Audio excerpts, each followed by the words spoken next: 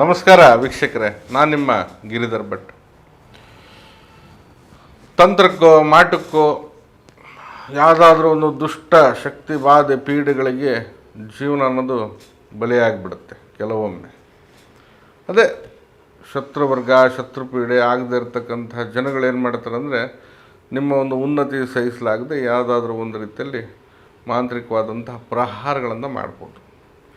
ನಿಮ್ಮನ್ನು ತುಳಿಲಿಕ್ಕೆ ಅಥವಾ ನಿಮ್ಮನ್ನು ಸಂಪೂರ್ಣವಾಗಿ ಕೆಳಮಟ್ಟಕ್ಕೆ ನೂಕಲಿಕ್ಕೆ, ಹಾಗೆ ನಿಮಗೆ ಯಾವುದೇ ರೀತಿಯಾದಂತಹ ಬಲಾಬಲಗಳು ಇಲ್ಲದೆ ಅವನತಿ ಮಾಡಲಿಕ್ಕೆ ಒಂದು ಕುತಂತ್ರವನ್ನೇ ನಡೆಸ್ಬೋದು.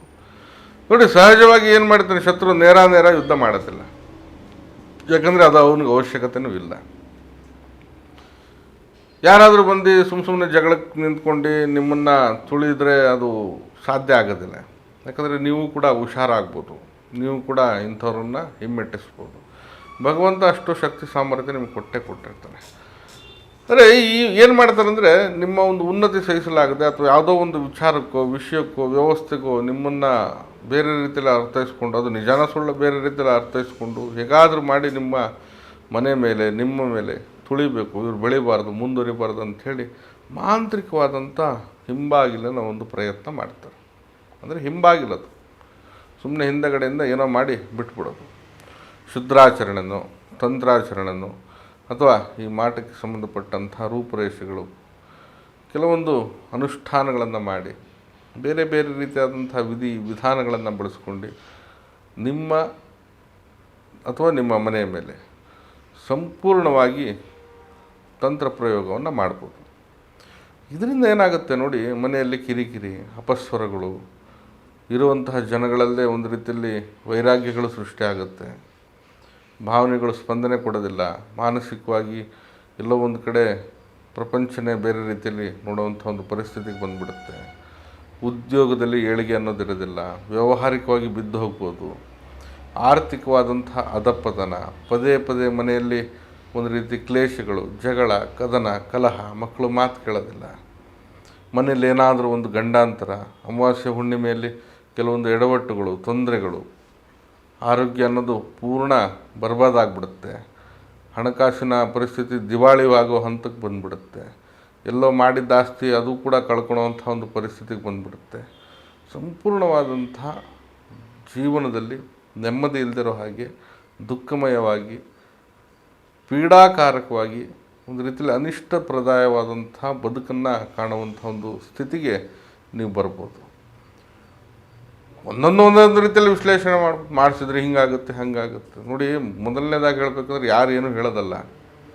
ಯಾವ ಜ್ಯೋತಿಷರು ಹೇಳೋದು ಬೇಡ, ತಂತ್ರಿಗಳು ಹೇಳೋದು ಬೇಡ, ದೇವಸ್ಥಾನಗಳಲ್ಲೂ ಹೇಳೋದು ಬೇಡ. ನಿಮ್ಮ ಮನಸ್ಸಿಗೆ ಗೊತ್ತಾಗ್ಬಿಡುತ್ತೆ ನನಗೇನಾಗಿದೆ, ನಾನು ಹೆಂಗಿದ್ದೆ, ಯಾಕೆ ಹಿಂಗಾದೆ, ಯಾವ ರೀತಿಯಲ್ಲಿ ಆಗ್ತಾಯಿದೆ ನನ್ನ ಜೀವನದಲ್ಲಿ ಅನ್ನೋದು ನೀವು ಸ್ವಲ್ಪ ಕೂತ್ಕೊಂಡು ನಿಮ್ಮ ಬಗ್ಗೆ ನೀವು ವಿಶ್ಲೇಷಣೆ ಮಾಡಿಕೊಂಡ್ರೆ ನಿಮ್ಗೇನಾಗಿದೆ ಅನ್ನೋದು ನಿಮಗೆ ಅರ್ಥ ಆಗ್ಬಿಡುತ್ತೆ. ಕೆಲವೊಂದು ಜನ ನೋಡಿ, ನಂಬಿಕೆನೇ ಇಲ್ಲದೇ ಇರೋರು ಕೊನೆಯದಾಗಿಂಥ ಸ್ಥಿತಿ ದರಿದ್ರಗಳು ಬಂದಾದಮೇಲೆ ನಂಬಿಕೆ ಬಂದಿರುತ್ತೆ ಅವ್ರಿಗೆ. ಸ್ವಾಮಿ, ನಾನು ಇಂಥದ್ದೆಲ್ಲ ನಂಬೋದೇ ಇಲ್ಲ, ಫಸ್ಟ್ ಆಫ್ ಆಲ್ ಇವೆಲ್ಲ ನಮ್ಗೆ ಆಗೋದು ಇಲ್ಲ, ಆದರೆ ಈಗ ಆಗ್ತಾ ಇರ್ತಕ್ಕಂಥ ಪರಿಸ್ಥಿತಿ ನೋಡಿದ್ರೆ ಎಲ್ಲವೂ ಕೂಡ ನಂಬಿಕೆ ಬರ್ತಾ ಇದೆ, ನನಗೂ ಕೂಡ ಆಗಿದೆ, ಯಾರೋ ಮಾಡಿಸ್ಬಿಟ್ಟಿದ್ದಾರೆ, ಹಿಂಗೆ ಹೇಳ್ಕೊಂಡು ಬರೋರು ಉಂಟು. ಮತ್ತು ಕೆಲವೊಬ್ಬರು ಸುಮ್ಮನೆ ಮಾನಸಿಕವಾಗಿ ಮಾಡಿಸಿದ್ದಾರೆ ಅಂತ ಹೇಳ್ಬಿಟ್ಟು ಅವ್ರಿಗವರೇ ಏನೇನೋ ಯೋಚನೆ ಮಾಡ್ಕೊಂಡು ಹೋಗುವಂಥ ಒಂದು ಸ್ಥಿತಿಗತಿಯಲ್ಲಿ ಕೂಡ ಜನ ಇರುವಂಥದ್ದು ನೋಡಿದ್ದೆ ನಾವು. ಇದು ಕೂಡ ಅವರ ಒಂದು ಬೇಜವಾಬ್ದಾರಿತನದಿಂದ ಬರುತ್ತೆ. ಸುಮ್ಮನೆ ಊಹಾಪೋಹ ಮಾಡ್ಕೊಳೋದಲ್ಲ, ನಿಜವಾದಂಥ ಸಮಸ್ಯೆ ಪರಿಸ್ಥಿತಿನ ನೀವು ಎದುರಿಸ್ತಾ ಇದ್ರಿ. ನೋಡಿ, ನಿಮ್ಗೇನೂ ಸಮಸ್ಯೆ ಇಲ್ಲ, ಆರಾಮಾಗಿದ್ದೀರಿ ಅಂದರೆ ಯಾರು ಏನೂ ಮಾಡಿಲ್ಲ ಅಂತ ಅರ್ಥ.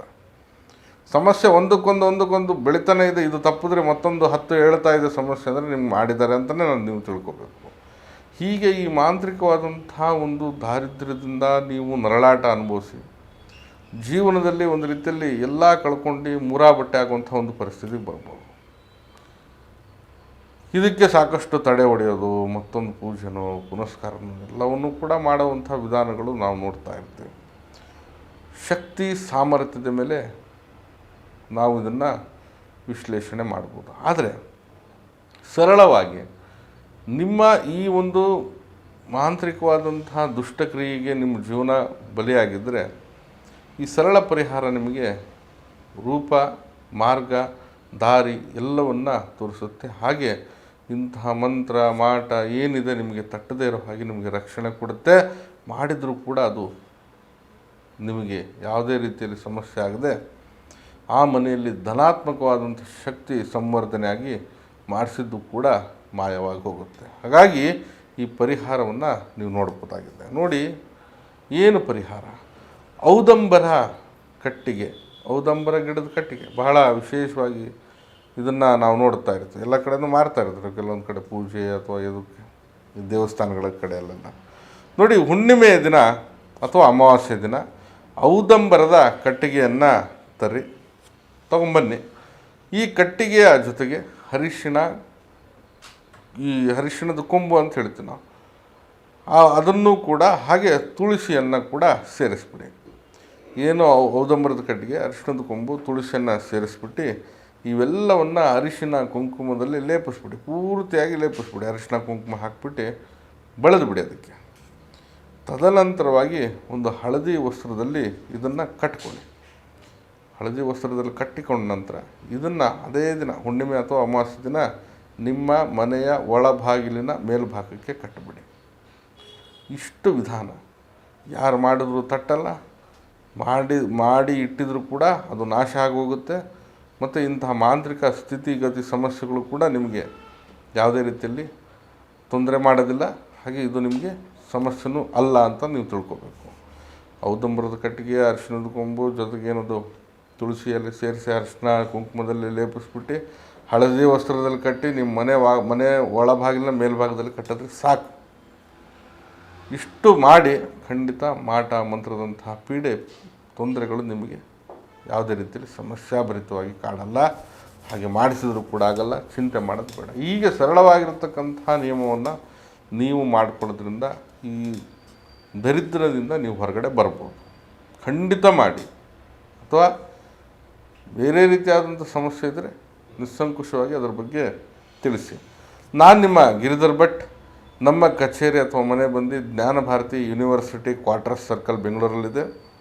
ಬರೋರು ಮೊದಲೇ ಸಮಯವನ್ನು ನಿಗದಿಪಡಿಸ್ಕೊಂಡು ಬನ್ನಿ. ಬರಲಿಕ್ಕೆ ಸಾಧ್ಯ ಆಗಿಲ್ಲ ಅಂತಂದರೆ ಈ ಕೆಳಗಡೆ ಕಾಣ್ತಾ ಇರ್ತಕ್ಕಂಥ ಫೋನ್ ನಂಬರ್ಗೆ ಕರೆ ಮಾಡಿ ಮುಕ್ತವಾಗಿ ಸಮಾಲೋಚನೆ ಮಾಡಿ. ಎಲ್ಲರಿಗೂ ಶುಭವಾಗಲಿ. ನಮಸ್ಕಾರ.